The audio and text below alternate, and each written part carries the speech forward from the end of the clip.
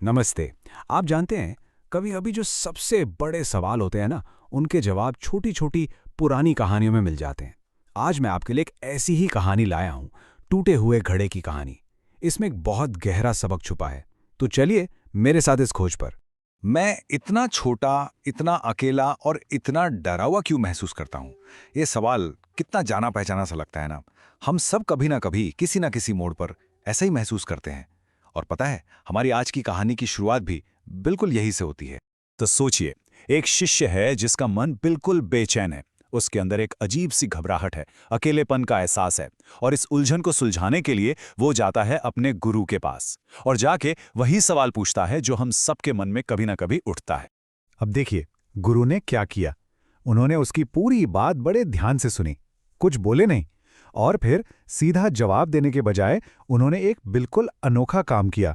उनके पास एक मिट्टी का घड़ा रखा था। उन्होंने उसे उठाया और अपने शिष्य से बस एक छोटा सा सवाल पूछा, बताओ इस घड़े के अंदर क्या है। शिष्य ने सोचा, ये कैसा सवाल है? उसने घड़े के अंदर देखा और बोला, गुरुजी, इसमें तो कुछ भी नहीं है। ये तो बस खाली है, सिर्फ खाली जगह। उसके लिए तो ये बड़ा आसान सा जवाब था। गुरु शिष्य का जवाब सुनकर बस हल्का सा मुस्कुराए। एक अजीब सी रहस्यमयी मुस्कान थी वो। और फिर, इससे पहले कि शिष्य कुछ समझ पाता, उन्होंने वो घड़ा उठाया और जमीन पर दे मारा। घड़ा टुकड़े टुकड़े हो गया। शिष्य तो बस आंखें फाड़े देखता रह गया कि ये क्या हुआ। तो अब वहां क्या है? जमीन पर बस उस टूटे घड़े के टुकड़े बिखरे पड़े हैं। और इस खामोशी में गुरु ने अपना अगला सवाल दागा, एक ऐसा सवाल जो पहले से कहीं ज्यादा गहरा था। उन्होंने पूछा, अच्छा अब ये बताओ, वो जो अंदर खाली जगह थी वो कहाँ गई? शिष्य के पास कोई जवाब नहीं था, बिल्कुल चुप।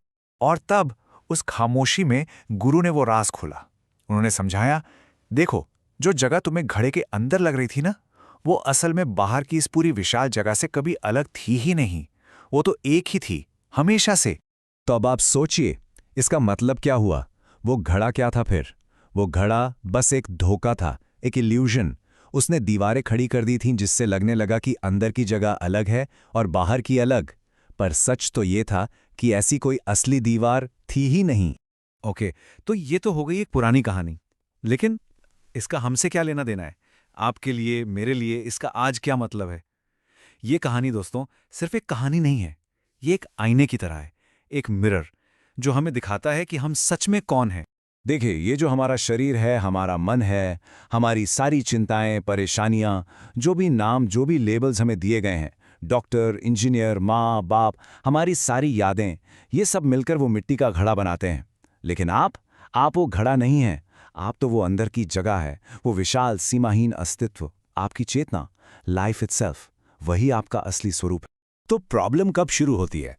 जब हम ये भूल जाते हैं, जब हम उस अनंत जगह को भूलकर खुद को ये छोटा सा घड़ा समझने लगते हैं। जैसे ही हम खुद को इस शरीर और मन से जोड़ते हैं, तभी अकेलेपन का एहसास होता है, डर पैदा होता है क्योंकि हमें लगता है हम अलग थलग हैं, और बेचैनी, ये सब तभी आती है जब हम अपनी उस विशाल नेचर को भूल जाते हैं। तो एक बात अपने मन में बिल्कुल साफ कर लीजिए, आप वो छोटा सा मैं नहीं हैं जो इस दुनिया में फंस गया है। ये जो मैं है ना, ये तो उस घड़े की दीवारों जैसा है, सिर्फ एक भ्रम। आप उस मैं से कहीं ज्यादा बड़े हैं।